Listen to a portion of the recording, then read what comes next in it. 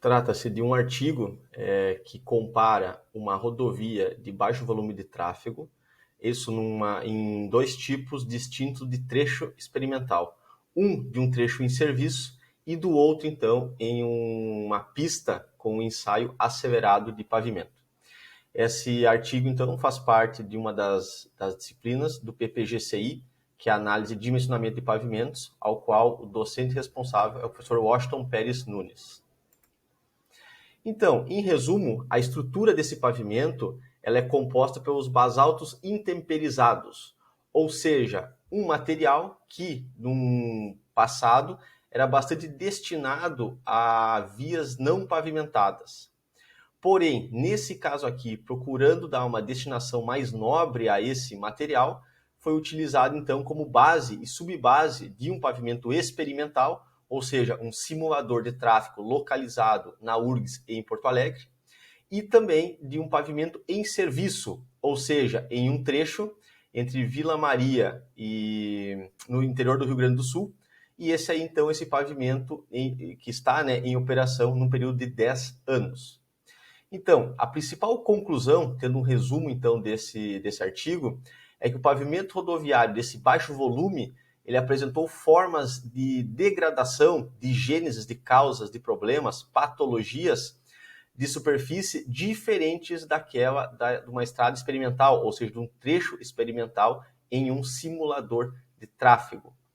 Bom, mas mesmo assim, o modelo do projeto obtido no estudo foi importante para identificar qual seria o momento onde esse pavimento começa a se deteriorar e aí sim conseguir fazer uma calibração ou até mesmo uma verificação do momento onde é necessário então um programa de manutenção e até mesmo uma possível restauração futura do pavimento.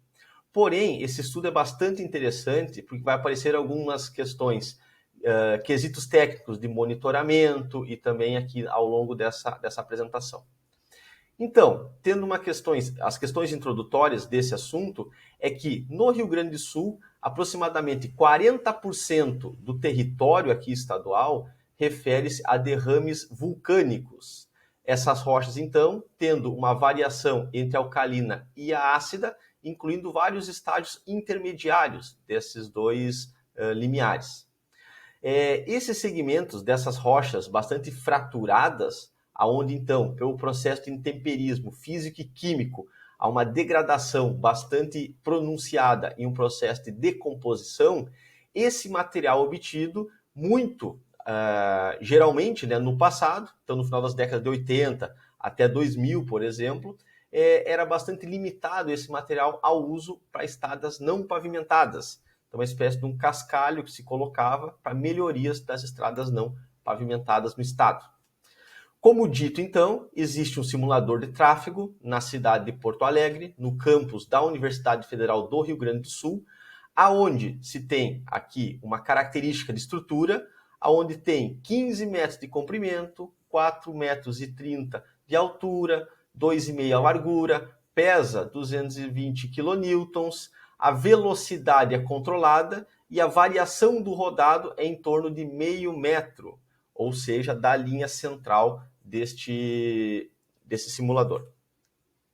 Então, como dito, do trecho experimental, utilizando então o simulador de tráfego, foram compostas 6 sessões com esse basalto intemperizado, utilizando ele como base no pavimento. Isso, então, em janeiro de 1996, tendo um tratamento superficial acima dessa base, de um TSD de 2,5 centímetros. O subleito era uma argila vermelha laterítica do tipo A76. O solo foi compactado em 3 camadas de 20 centímetros. Umidade de compactação, uma variação entre 19% a 22%. CBR mínimo de 10%. E de maio de 96 a abril de 98, então assim quase 24 meses de operação, foi aplicado então um número N aí em torno de 2,8 vezes 10 na 5 ciclos aí do carregamento neste pavimento.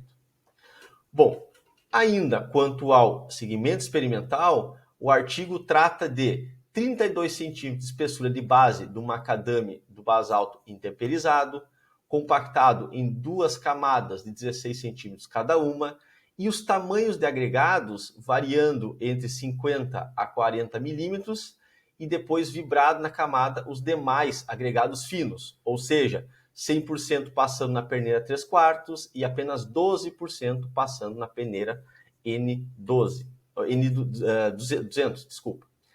O segmento em serviço, então aquele pavimento ao qual estava liberado ao tráfego de um trecho experimental em escala real, ele está na ERS 132, próximo então da cidade de Vila Maria, uma região com um traçado bastante montanhoso, com uma variação pluviométrica média anual de 1.800 milímetros, o monitoramento do DAER, do Departamento Estadual de Rodagens daqui do Rio Grande do Sul, foi então dado a partir do ano 2000, onde tinha um N então de 1,4 vezes 10 na 5. Então, uma estrutura do pavimento semelhante àquele trecho experimental, ou seja, aqui nós separamos então o que é um trecho em serviço, que é aquele de uma rodovia a qual tinha o tráfego atuante, né, em escala real, e nós temos um trecho experimental, ou seja, utilizando o simulador de tráfego nesse caso. Bom, naquele segmento da rodovia ERS 132, foi detectado como gênesis ou como inventário de defeitos um desgaste ou uma desagregação superficial daquela camada de tratamento duplo, remendos e trincamentos de classe FC23. Porém, esse trincamento, devido simplesmente à oxidação dessa camada superficial de tratamento, ao longo do tempo perdendo voláteis e ficando mais rígida, logo então se tem uma fissura, né, de trinca interligada de severidade 2 e 3. O monitoramento, e aqui assim começa a ter um comparativo bastante interessante dos trechos, é o seguinte. Se nós percebermos, a partir do momento que foi começado a ser monitorado esse pavimento por parte do DAER, nós temos em 2000 um crescimento aqui no que diz respeito a trincamento. Bom, o trincamento então começou de uma forma bastante pronunciada ali por 2003, passando por 2005, chegou lá por 2008, 2009 em um patamar máximo. E aí depois tem uma queda desse trincamento. Por quê? Porque neste momento aqui, em 2008, 2009, teve então um acréscimo de remendos. Então aqueles trincamentos que se tinham e que houve uma crescente, logo se transformaram em panelas também e logo se teve então uma campanha de remendos. Da mesma forma também então, tratando do inventário de defeitos, tanto de um segmento primeiro quanto no segundo, tendo um comportamento bastante semelhante, aqui um pouco mais pronunciado, mas aqui também o comportamento é semelhante também. Em termos da irregularidade longitudinal desse pavimento, ou seja, o conforto do usuário, pegando aí um índice de 13,5 como sendo um limite aceitável, a gente também percebe que somente lá por 2002, 2003, que um primeiro segmento, que é o ISTS1, por exemplo, superou, e mais adiante, lá para o ano de 2006, 2007, o trecho 2 também teve esse aumento aí acima do preconizado com relação ao quesito IRI. Com relação aos critérios da AASHTO de desempenho para fissuração por fadiga em estradas de um baixo volume de tráfego, é preconizado 45% de trincamento. Bom, em ambas as seções, para evitar a formação de buracos, a manutenção seria necessária quando a superfície desse pavimento tivesse 20% da sua área trincada. Ou seja, então, nesse caso, o volume de tráfego seria acumulado entre 3 e 13,5 vezes 10 na 5. Então, esse aí, o N nesses casos. Se fosse adotado aquele critério de falha mostrado anteriormente do IRI 13,5, o trecho 1 teria um desempenho até 2 vezes 10 na 5, que foi aquele primeiro trecho que teve aquela ascendente acima de 3,5. e o outro trecho praticamente ao dobro deste volume, ou seja, somente em 4 vezes 10 na 5, que teria então esse aumento aí acima do IRI preconizado. E uma vez que o IRI atinge 4, um grande aumento é observado em ambas as seções. Então se percebe um pavimento que tem 2 ou 4 vezes 10 na 5, essa questão do IRI ser estar acima de um parâmetro preconizado, mas se percebe que quando ele alcança um patamar 4, logo à frente já começa uma ascendente maior desse valor, ou seja, o pavimento acaba tendo uma condição de irregularidade ou conforto do usuário muito pior quando ele atinge 4.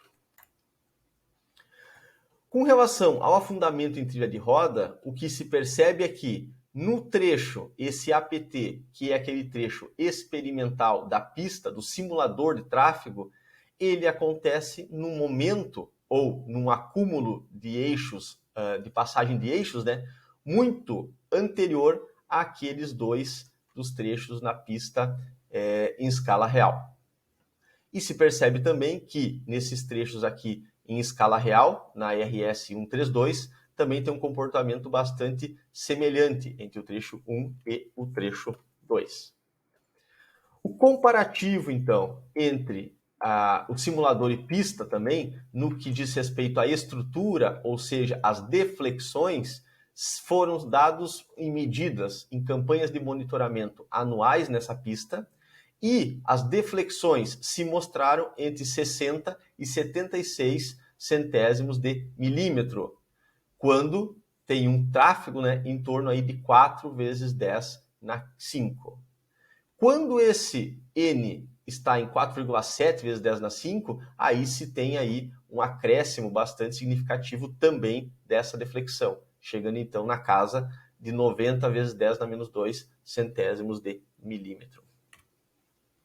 As conclusões que se pode tirar por meio desses dados e também do estudado entre a pista experimental e também o trecho em escala real de operação.